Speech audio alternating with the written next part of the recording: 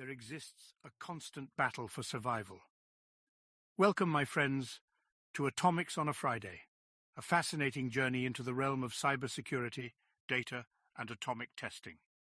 Today, we shall embark on an adventure with two seasoned experts who have roamed the cyber wilderness for years, honing their skills and strategies. Paul Michaud, a master of cyber shenanigans, has an uncanny ability to unravel the most perplexing digital mysteries. Alongside him is Michael Haag, a cyber threat connoisseur who has devoted his life to understanding and mitigating the ever-present dangers lurking in the shadows of cyberspace. Together, they shall guide us through the complex tapestry of this digital ecosystem, revealing hidden treasures and secrets that will undoubtedly leave us with a newfound respect for the world of cybersecurity. So, dear viewers, let us dive deep into the heart of this wondrous realm, where the forces of good and evil collide in an eternal struggle, and let us explore what it truly means to protect our delicate digital existence. Join us on Atomics on a Friday.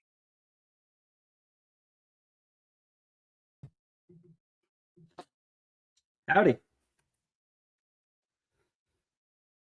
Oh, are you muted? There we go. You're back. Howdy.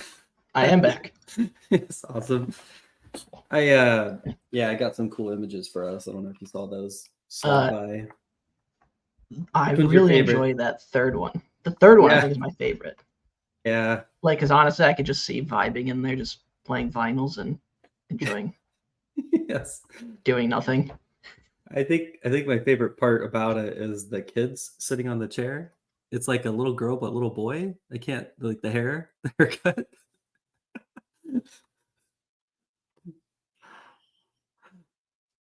I don't know. And it's like an adult kid. And you see it now? You're muted again. Wonder how you got muted. There you are. I keep clicking buttons. But yeah, okay, all right, I see it. You see it? It's kind of funny. Oh, yeah. And there's a weird hand on the left-hand side of the couch. You see it? Oh, there it is. Yes. If somebody could explain why AI has issues with feet and hands, that would be top tier. I know it's been an ongoing thing, but I just don't understand why. Specifically hands and feet. Like, they just randomly show up. I know. It's pretty solid. Funny, I didn't notice the hand. It's kind of creepy, but it's very Halloween. I think this might be the last show before Halloween. It is. Yeah, it is. This is our Halloween edition. Yeah, the next one will be in November. We'll be doing some fall festive themed. Yeah, fall themes. Cool. Rock on. Well, we're all gathered here today to nerd out on new hunting things going down. Things we're hunting. And FIN13, which I'm really excited to talk about because I don't think people talk about it enough. What's really wild about FIN13 is that they showed up and they just left. Gone. Like, there's like, go try and track down anything recent. From what I saw was basically the three reports we're going to look at today from 2021, 2022. And just gone. Yeah. I don't think they're gone, but something fishy going on, and we'll uncover it. I just randomly found a FIN13 blog from April this year talking about their web shell. You drop it over. I'll drop it into the chat. Boom. Well, let's go. New. All right. Well, since we're diving in, I know. Yes. Just a quick Google. If I wasn't Googling hard enough before. My name's Michael Haag, threat researcher, maintainer of the Atomics Red Team. We have a couple other projects we operate. And thank you for joining us today. LOL drivers. Yeah, I don't want to go through the list. Yeah. It's a big list, let's be real. But LOL drivers, top. It's probably the big one. Yeah, your EDR probably ingests that data now too, by the way. Yep. If your EDR is not ingesting it, I'd be worried. True. If you're not ingesting it, I'd also be worried. Yes. I'm Paul Michaud. I'm a senior threat hunter, Unit 42. Yeah, I don't have any cool accolades. Maybe one day we'll get there. You show up. I'd show up, yeah. That's what I'm here for. It's just showing up and vibing. Yes. As the kids say. I bring the vibes. So good. I didn't know this slide was there, but if you're interested in being on the show, throw a DM. Slide. I did? I don't remember. But throw it at us. We have an account on Twitter's that is pretty dormant. It'll get better. Our intern will pick it up soon, but it's Atomics on a Fry. We missed the DAY, so you get the fry. And if you missed Atomic Wednesdays, we have an Atomic awaiting your arrival. So for those who have yet to ship an Atomic to the project, this is your opportunity. It's on Twitter and LinkedIn. This one, I already forgot what it is. I'm trying to zoom in with my eyes which Atomic this was that is being shared. I don't remember. Something with WinLog on. Oh, 1547. Yeah, it's a registry one. That was was that the first one to that technique? Yeah, I think second one. The first one was like a Linux or something, but this one is actually kind of cool. It puts it into current version Windows under the load key, and then you tell it to load evil.exe. Wait, do you have notes? No. I'm reading. I zoomed into the screenshot. Okay, I thought you had a notebook filled with notes and talking points, and I'm like, oh, we're official now, aren't we? No, not yet. I was just zoom in. I was like, enhance on this little screen. But yeah, there's a load key. You put a value in there of your evil.exe, and it'll load up every time you reboot. So it's actually kind of a cool Atomic. And lesser known too. I've Googled, and there's not a lot of folks talking about it. Even the blog that blogged about it said that this is lesser known and not a lot of people talk about it. Who wrote the blog? I don't remember. It might have been a tweet, honestly. It's all in the references. Go read the references on that tweet. You'll be good. I should probably share the tweet. You wrote the tweet. I know, but we haven't shared the tweet in the channel. Oh, yeah, that's fair. Apparently I tweet too much because there's 100 tweets in here. There it is. Scuba Steve. There you go. For those watching, there's the link. Good luck out there. Let's see. And remember what to else? ask for the new gear. Here? Yeah, I said, and after you submit it, make sure you explicitly ask for the new gear. Oh, yes. Yeah. Get the new shirt. There's a new shirt out there. If you don't get the new shirt, tell them you want the new shirt. Yeah, specifically Brian. He knows all about it. He's fully aware. So yeah, make sure you get the Ride the Lightning canary bird, Atomic bird. I have a picture of it, but I didn't put it in the slides. Sad. Okay. Yeah, man. What have you been hunting? You put a different slide in, but have you been hunting these two things? No. No. No. Not that. Are they important? I never heard of these. Confluence. It's back Cisco? again. I know. All on one page. Yeah. So the Cisco thing is kind of bad. It's like switches and routers and things. Running this iOS XE on the edge.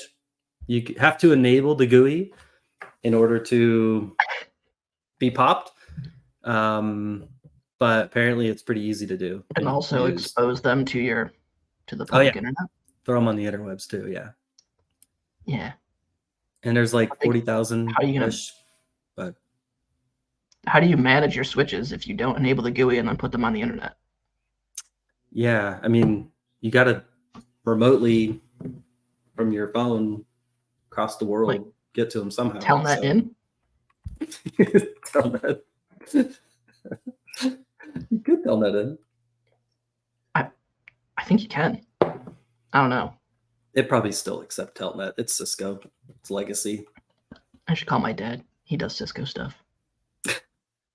See if he's still telnetting into devices. I'm surprised he's not listening today. Yeah, no comments yet. I know. Nothing. Paul's dad username shows up. Yeah. If you see a second me show up, then you know. Yes. And then the other one, yeah. And then the other one I threw in here was the Confluence one, because it's been like running 3-4 weeks now, this whole vulnerability, and the exploit's been out, POC's been flown, but now it's in Metasploits. That's where the screenshots is from the weekly roundup. Weekly roundup, is that what they call it? But weekly catch up. And they merged this in. I was goofing with it this morning. It works flawlessly every time. And it's pretty cool. So, but now that it's in there, things will start getting more real, I'm sure, for Confluence. And that one, unfortunately, is just yet another patch. Good or bad. I don't know who wants to patch Confluence if you're running it yourself. It doesn't sound fun. Go use something else. Notepad. Nobody pops Notepad. Like SharePoint? Yes. SharePoint. Just migrate. Yes. What could go wrong? Nothing. Ever. But that's all. That's my 2 little things I've been working on. This is yours. Darkgate. What you got? Darkgate. So hot right now. This one's pretty interesting. Again, LNK files are the new hotness. Cool.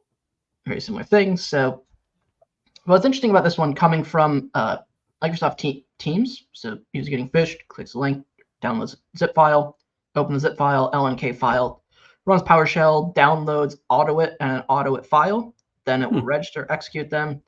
Will then create a, there's a link. Actually, I didn't link it. Just go search Unit42 on Twitter and you'll find it. Like the 5th tweeter. Yeah, it's on there. Okay. Wrong. And scheduled task actually creates a scheduled task to execute the AutoIt script, the AutoIt binary pointing to the AutoIt script, which gets staged in app data. So it's been an interesting one, but just kind of a deviation of, again, seeing things like we see phishing campaigns targeting things like LinkedIn messages, external like chat, things like Slack or Teams or whatever, and using those methods versus the standard send it to somebody's email, hopefully trying to bypass certain things or look for different ways to gain that initial click. But very interesting. Darkgate. It's actually been seeing it. I think somebody tweeted there's a recent article attribution to some interesting escalations from that. So definitely pay attention to Darkgate. Some good hunting there. So Teams, zip LNK, PowerShell, is it like an encoded command? I think I have the. Oh, I do have the tweet. Wait, no, I don't. No, I did. But it's AutoIt. AutoIt's neat. Yeah. Just go look for AutoIt. If I recall, they don't rename AutoIt, so you should just be good looking for that. But then you can also, of course, use like metadata, internal names, signer information, etc., in case they do start changing that up, trying to masquerade. But yeah, it's a good. The actual AutoIt file has some good metadata points to key off of. That was nice. That was an interesting one. Yeah, that's cool. Yeah, I haven't seen AutoIt in a hot minute. And if you're interested in like what the traffic looks like, there's PCAP files. It's in a GitHub repo. Where is it? Fancy. Yeah, actually here. Gate PCAP. I got it. I got you a link. There's even a blog. There's malware traffic analysis links. Wow. There you go. That's what you're looking for. Gotcha. In chat, go check it out. So it's from the 12th. You got some IOCs, got some PCAPs you can go play with. Good stuff. But yeah, that's pretty cool. I think the interesting thing is the Teams chat side of it. Like, I think we'll start to see more of these non-email based phishing, but like again the LinkedIn messaging, Google Chat, Teams, Slack, etc. especially if you get thinking like impersonation, third-party compromise. Wasn't there something recently where they were using Teams and like they can invite you to their thing or something, and then they start giving you files or whatever? That sounds familiar. I don't recall it, but that sounds familiar. Yeah, couldn't in Teams you could just like request to message somebody outside of your tenant into some other tenant? Yeah, that's something along those lines. Yep, that sounds like it. Seems safe. But yeah, I'm sure there's like 100 other things that are worth hunting out there right now, but that's all we got. I'm distracted by this blog post from Talos on FIN13 from earlier this year. Yeah, I wish I saw it earlier, but same. It didn't show up in any like the first page or two of searches. No, I had to like etc. I don't know how it scroll. And there's no indicators, which is kind of shifty. Oh, and then they make me download a PDF, which has nothing in it. Okay. Did it? All right. Download the one-page review. Oh, that was worth it. Just don't download it. Okay. All right. It. Yeah, wasn't worth it. It's like a sales brochure. Hold on, let me open it. Let's find out. Okay, there's a URL. Got it. Yes. Oh, our text got ran over by the logo down there. I tried to fix FIN13. That, but I couldn't figure it out. It's like in the template, man. You're never gonna, unless you like squeeze the box. That works better. But anyway, FIN13. It's true. They are not an attack. Not an attack, which I thought was interesting because I'll have to message Jamie.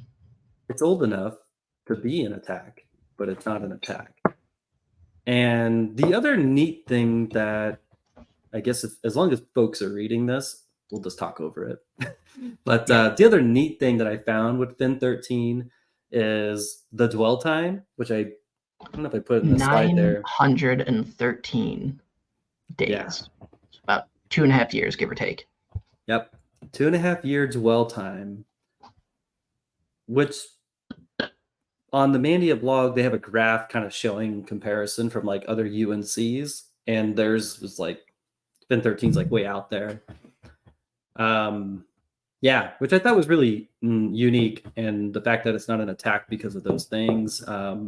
They have a pretty simple like TTP pattern. Like it didn't come off as like too, unique or distinct in their patterns. I think their most unique thing, right, is just what they're kind of going after, which is why they're a Fin group, right? Yeah. And then so not only that aspect of what they target, but the one thing I like that's unique about FIN13 is the usage of the web shells and like daisy chaining them together to get to like some of the back end side of things, which we'll go over. But I mean, again, 2.5 years, like it's a long time. And looking over like high level at the Talos blog, a lot of the TTPs and things of the web shell usage are still the same and relevant from what they saw. Now, again, this came out in earlier this year, Q1 of 2023. So we don't know how far back those IR potential cases were. Could have been last year or 2022, which lines up with some of the other things. But it says it's in line. This finding is also in line with a trend observed from Talos IR from July to September last year. I think that's what that means, because they were dealing with this last year sometime. Yeah, and then including PHP, ASP.NET, and Perl for your shells. Perl. So, which I think you have a tool that looks at files and determines if they're a shell or not. Yeah, I do. We can demo it now, or we could do it in a minute. Yeah, we can go through. I think what's next? So we have of course the Cobalt strikes. Which they're up. Cobalt strikes are gonna go back up soon now. But interesting that it wasn't as super heavily as I thought it was. Like the wording here makes it seem like it was just Cobalt strike beacons everywhere. Yeah. But in my opinion, the really unique piece of it and some of the lighter side is, again, the web shell chaining, and then some like the reverse PowerShell listeners. So I think we'll go into those. We got 3 Cobalt strikes are up. Yeah. Yeah. And in the last part of the blog from Mandiant, it goes into like the wire transferring is how they do their money transfers. They're kind of focused on like a little bit different. I guess it's kind of related to like how North Korea would do it, right? Kind of going up to the wire transfer type stuff. Do you know the attribution for them? Do you know where they're located? FIN13? Yeah. No idea. Hold on. Okay. Yeah, when I was looking at this site, which is Malpedia makes it seem like it's Russia. And I mean, sure that gotta fund your group somehow. yes. If your group is not funded, is it funded at all? But yeah, so thought that was interesting. The other name for it is the elephant beetles, which Net Witness. It was Net Witness that came up with elephant beetle. Got it. Or is it Signia? There's this, yeah. Looks like Signia has been after him. I didn't read these two. Did you read the Signias? Oh yeah. Yeah, those are top tier. If you want to go dive into the web shell aspect, the Signia blogs are. One of them is less code heavy and more higher level, like the actual like bigger picture, whereas like the other one is more of the technical deep dive. But I would highly recommend those. And the Net Witness one is also top tier. So like the 4 blog posts from Andy and Net Witness and Signia. And then again, even just pointing to the Talos blog post, very in line with them. Some specific file names, again, going after SQL, PHP, but yeah, I did like the Net Witness one. I felt it was very thorough. Yeah, and I love the flow that they show of like where they're going from like different server to different server using the different payloads for the web shells. And then again, just going after SQL side of things, like pay attention to your SQL service. All those logs. Yeah, this is a long one. Yeah, honestly, you could literally just hunt for them in your IIS and like Apache or Nginx logs. Like the amount here is insane. This is the blog that had the cool takes in it. Remember, it was funny. Yeah, so it was like using our NetWitness network tooling, we were able to record these scanning attempts, but due to the usual volume of the traffic, the test went unnoticed. I thought that was interesting. And there was another one in there too that was kind of funny. But yeah, networking is hard. So much data. Especially on the web tech side. But then also pay attention to those SQL logs for enabling XP command shell. It was a very hot thing they did on those SQL side of things. But yeah. That's a good report. Let me drop that in chat. Yeah, we have those links. They're in the slides, but we should probably just share them out. Oh, here, I'll just bring that back. And you can go to the Malpedia. Did I drop the Malpedia in there? I did. I did not. Yeah. No, okay. Yeah, the Malpedia one has all the reference links, which again doesn't have the Talos one. Can you submit these? Nope. How do you submit? I don't know. Okay. So yeah, there's the links. We'll skip that one. I dropped the good old kill chain in here from Mandiant and from NetWitness on these next two, but just kind of highlighting. Yeah. Can we please just stick to one framework? The amount of time of bouncing between kill chain, diamond model, and attack. Just pick one. Just get rid of everything else and just stick with one. We'll just have to make our own. We get it. I'm gonna at this point. Mandiant had like a giant list on their blog of all the things, you know. It's true. It was a little hectic. Yeah, and same with the other two. They had like a very large list of the TTPs at the back end. Yeah. But, again, I mean, this is Standard good for like high level kind of scenes, etc. Same here. I guess it's the same thing, really. So yeah. I failed. I meant to put atomics here. We have a lot of the tradecraft they use in Atomic Red Team. Let's open up the blog. Let's start with the Mandiant one. Ambient. All right. Do I have Because it? actually, there's some. Honestly, there's like some 1-for-1 atomics in there. Yep. Hang on. I think I just in. No, hang on. Let me. I'll just share my box. I have. I have a bunch of things ready to go. This guy. Yep. Okay. Let's start with this machine, and then we'll jump over to the other machine for some web shell demoing.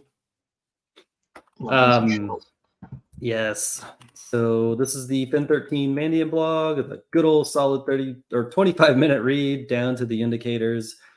Yeah, this is back in 2021, so kind of old. Yeah, talk about their dwell time, 913 solid days. Yep, here's that graph that I mentioned, which I should have just. Oh, it was FIN10 at the bottom. FIN10 got him by what, like? Oh, come on, that's like. Actually, that is quite a bit. It's 40. They beat him out by like 3 months. Yeah, that's pretty sad. Right. We should have knew that. Oh well.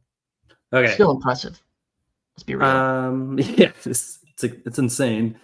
Long time. JSP they use web shells. Yeah, they got their rats. They got some JSP web shells. They have these cool named backdoors.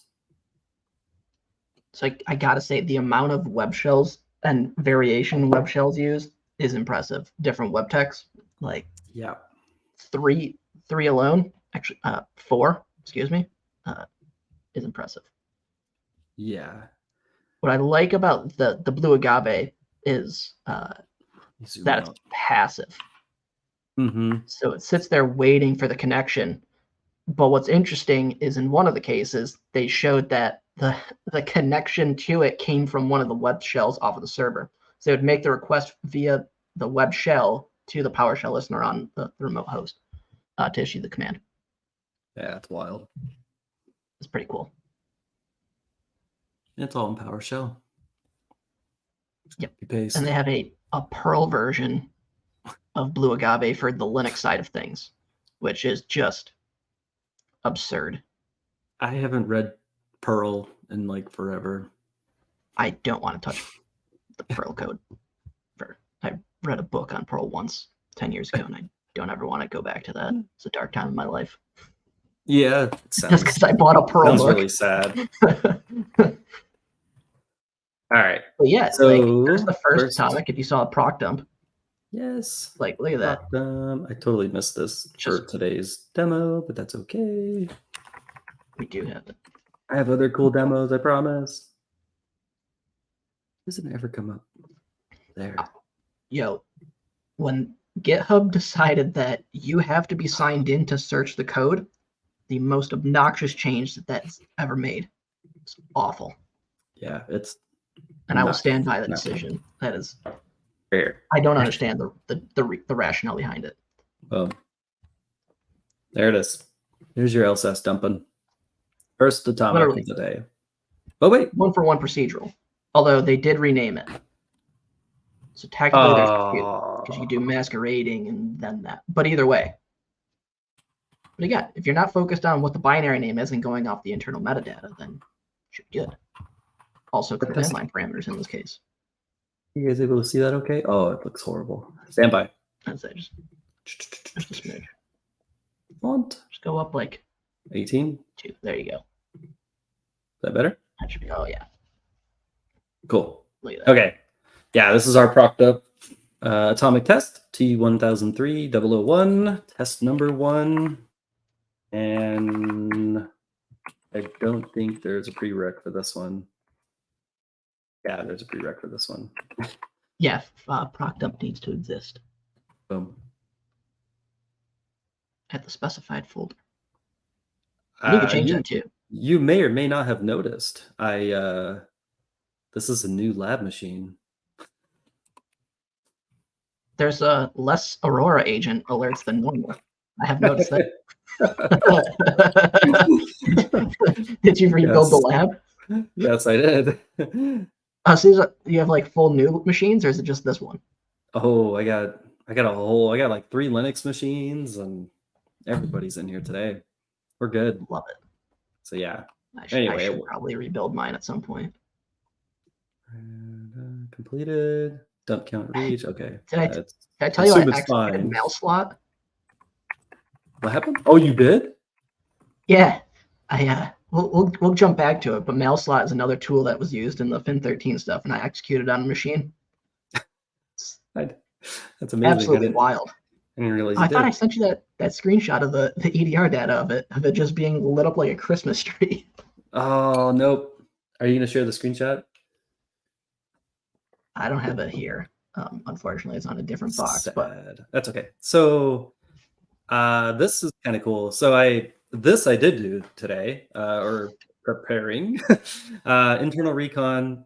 We do have a similar atomic test as this. We have a couple similar tests to this, but because we're super awesome, I created a scan.bat, which runs it. And then I also have an IP.t, which has another IP address in there. Let's add another. We'll see if it's in there. Save it. All right. Who's ready for delete APT action? Oh, you got to spell it right. Boom.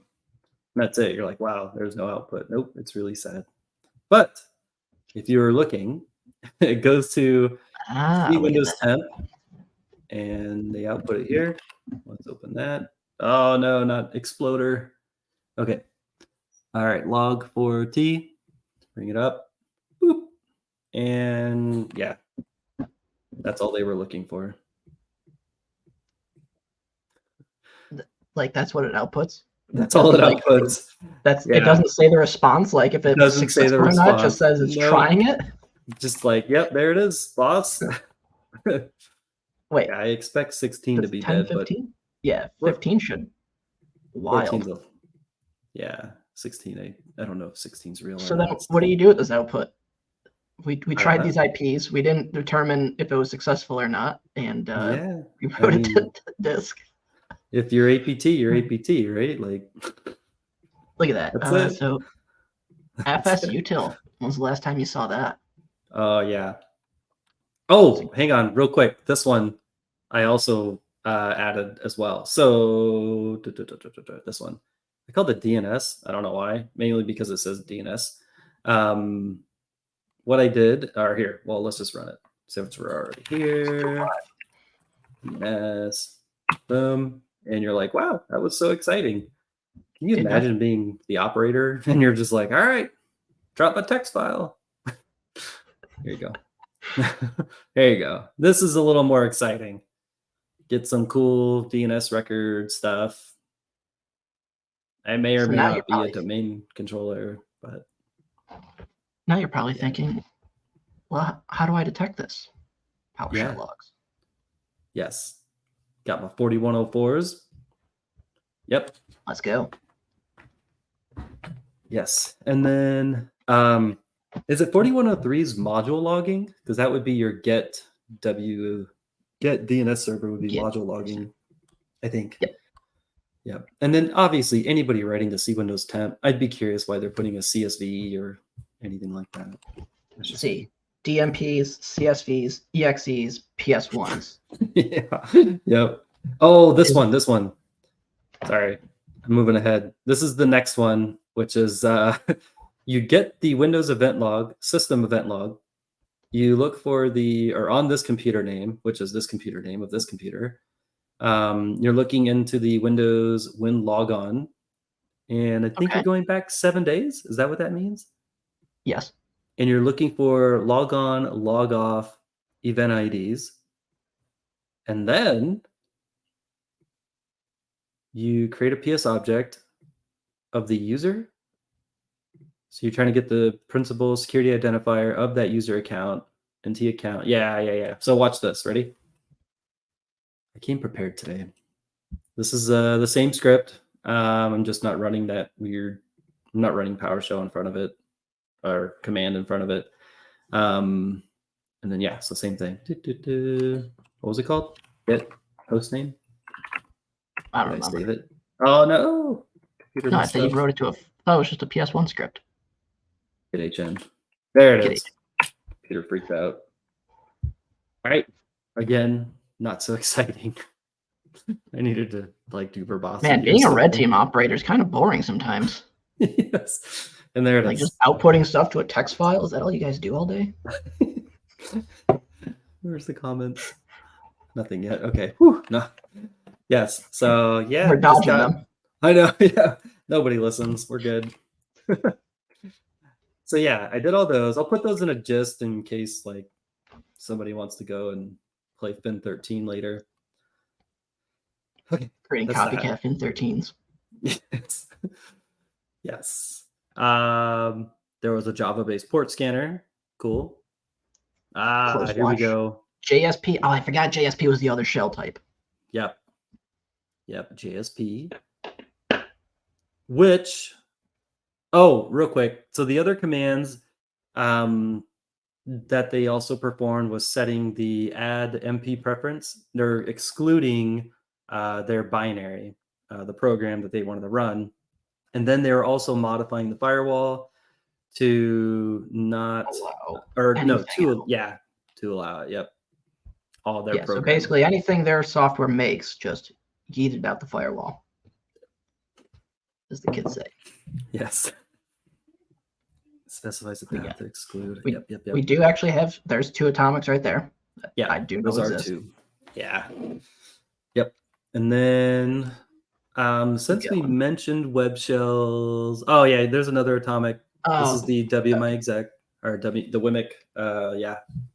What's it called? So that's the process called create. Yeah. So they also use the PowerShell version. Now there's another one that's a VBS implementation, which I think they discussed later on. Oh, got it. Okay. Hey, since we're here, do you want me to share the web shell stuff real quick? Let's do it. We're on web shells. Okay. Yeah, we're on this. I don't think they show it in this one. Do you have the Signia blog up? If not, I can pull it up. I don't. If you want to share it real quick, and then I'll show some web shells. But yeah, that's kind of that for the Mandiant blog. I'll let you share that, and then we'll do the shells. Okay. Just too many screens, and just move these around. Yep. Removing mine. You gotta get rid of it, bro. Come on. Oh, yeah. Stop sharing. I gotta say, I hate Windows 11. Like the thing to like resize them, where it just puts it at the top of the bar instead of just being like move it around. They added that whole thing at the top, and it just every time. All right. Yeah. Present. Screen share. Signia Beetlejuice. All right. Y'all can see this. Beetlejuice. Okay. Yep. May have to zoom. Yep. So great blog post. It's in the first Signia in the Mailpedia one. But yeah, they apparently have a lot of pen testing tactics, and they call out that they have. So that's one of them. But what I go to is So again, saw some of that. Maybe that's why they like text files. Yeah, the one thing that I did notice is that when you're reading any of the blogs that have talked about it, it's almost spot on, exactly the same in every single thing. What I like about the Signia blogs is that they go into talking more in depth about like the methods of the way that these tunnelings are worked through like the shells. Yeah, that's wild. So basically, you get hit. They get the tunneler on the front-facing web server. Then they make via the web shell they drop, they make the call to the another web server, and then from there, using they then talk to the internal Microsoft or SQL server. SQL. But just again, so this is like one instance. They have another instance where you can kind of see, and in the commands they give you using, like in this case, they're going to use XP command shell. If it's disabled, they will enable it, so they can use XP command shell to execute commands on. You can see the different requests going from one web server to another via the shells. Really interesting to see the kind of just, again, the daisy chaining of these together and making it through. But you don't see much. I wonder if that's how they kind of kept quiet the whole time, or for a lot of time.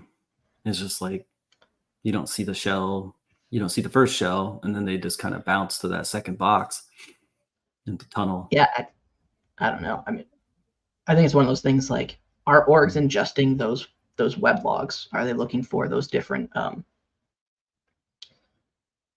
like files being written to disk, especially what is writing those files.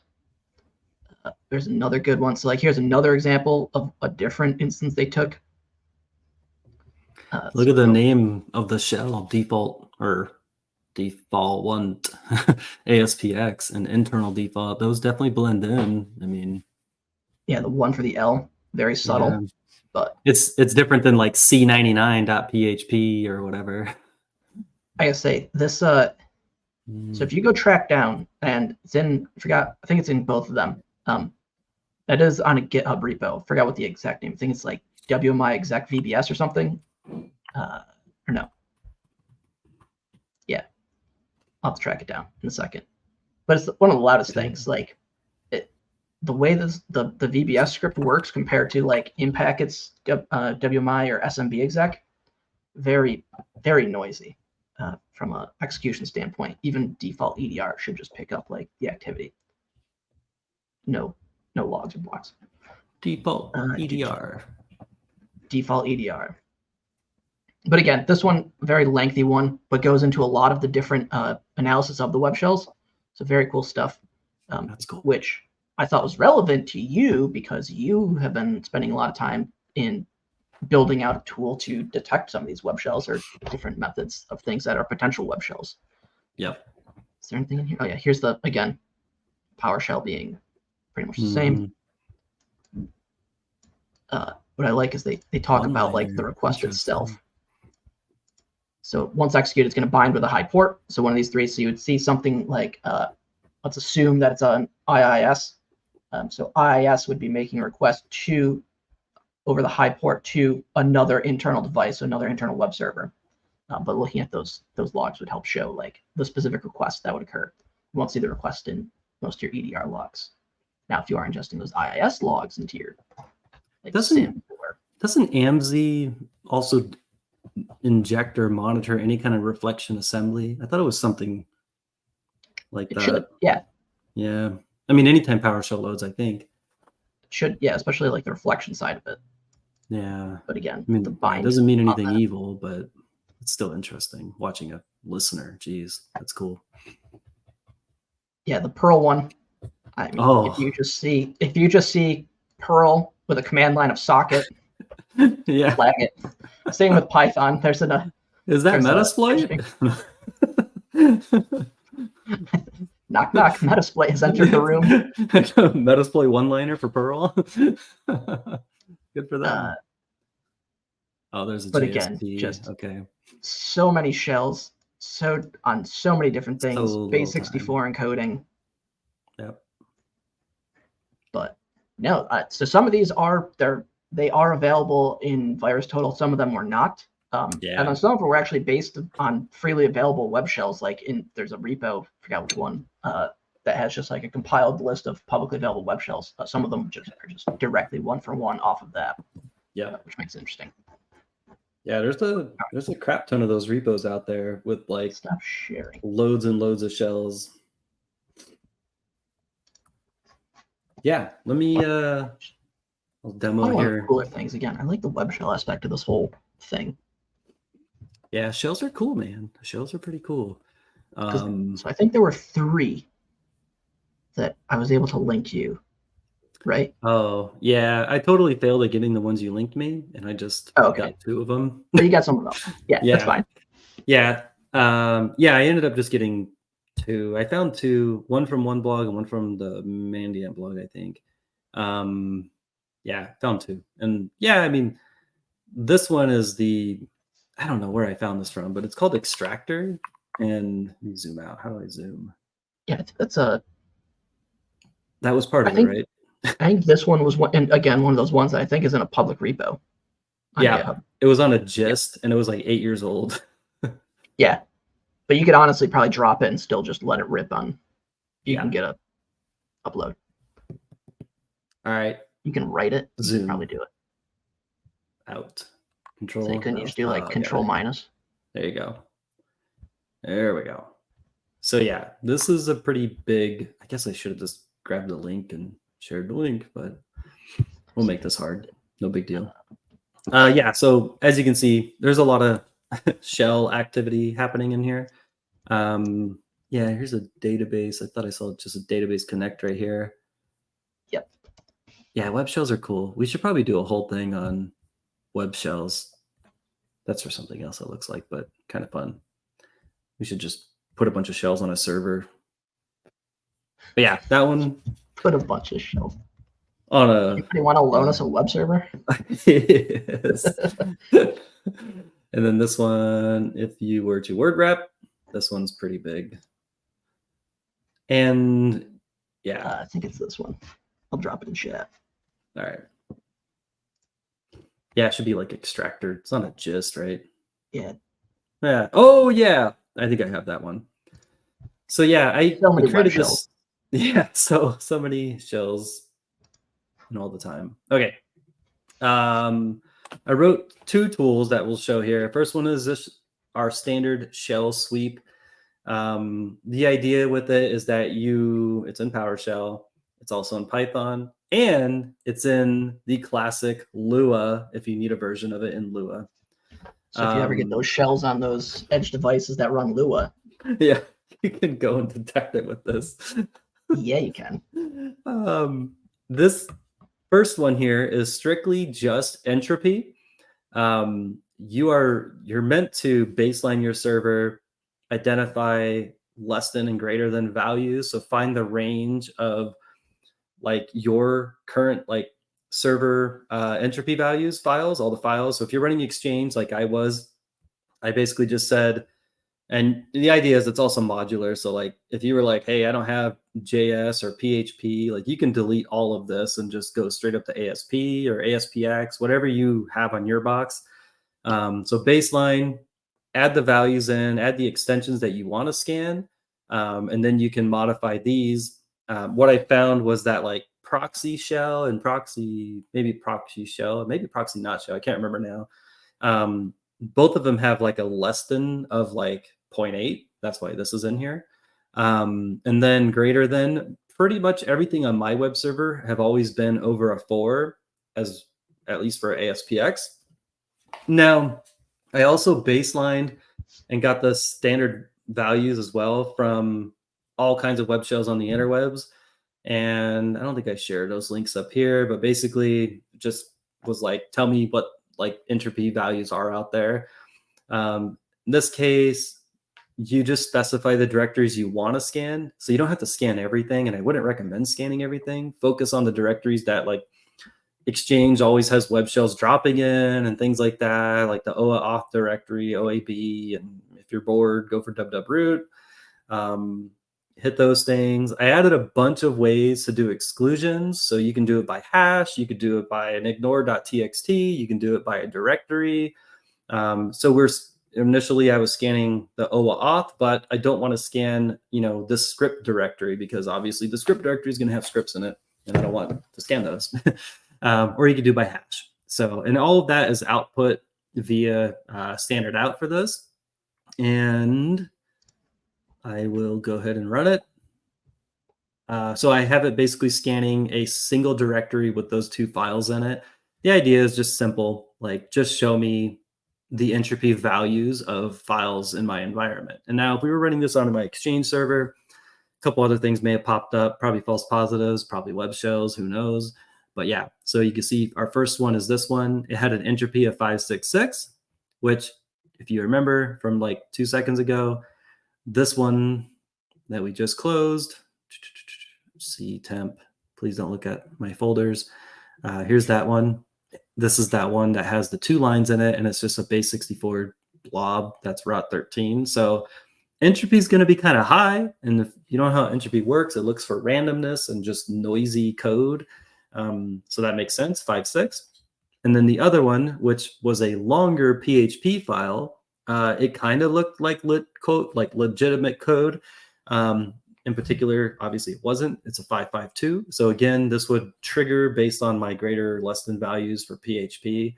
And again, this PHP value was set based on my baselining that I've performed in the past. So that's from all those PHP web shells on the interwebs. And then I wrote this next one called Shell Sweep Plus. Same concept, but it gets a little fancier.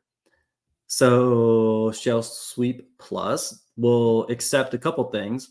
You can do the file extension trick, totally cool.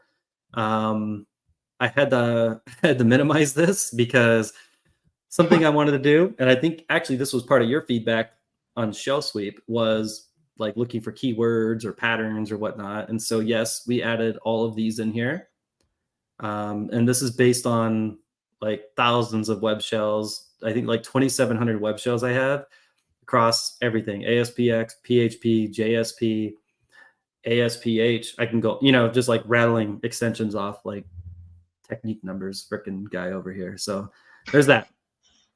You get your entropy, but also it'll go for patterns, and it will also do the same thing as the last one. You tell it where you want to go, what you want to ignore. But something else I added was the ability to do what's called standard deviation. So looking for things that are outside of the normal, because I didn't want to just find things based on an entropy, right? That's cool. It was neat. We did a little parlor trick down here, right? Like, yay, you found entropies on files that may or may not be evil, right? Cool. But let's do standard deviation. Let's scan the whole directory, find things that stand out. And that's what that does. So here it does entropy. It'll go into standard deviation. And then it does what I call mixed mode. So mixed mode will it'll take the less than or greater than value based on whatever you produce up at the top in that list of greater than, less than entropy values. It then goes and runs the same kind of concept, but it kind of does like a mix of entropy and mixed mode. Can't remember what the other, I think it's standard deviation. Oh, I also threw a confidence score in there too. So this one's a little bit fancier. Here's all the output. Anyway, let's just run it. Probably tired of me talking here. When's the Shell Sweep + come out? It's called Shell Sweep ML, and it uses a whole different ball game. Okay, different output this time, so that's exciting. All right, so Shell Sweep Plus. Here's the first PHP, which again was what, 1 line or 2 lines of just base64 blob, right?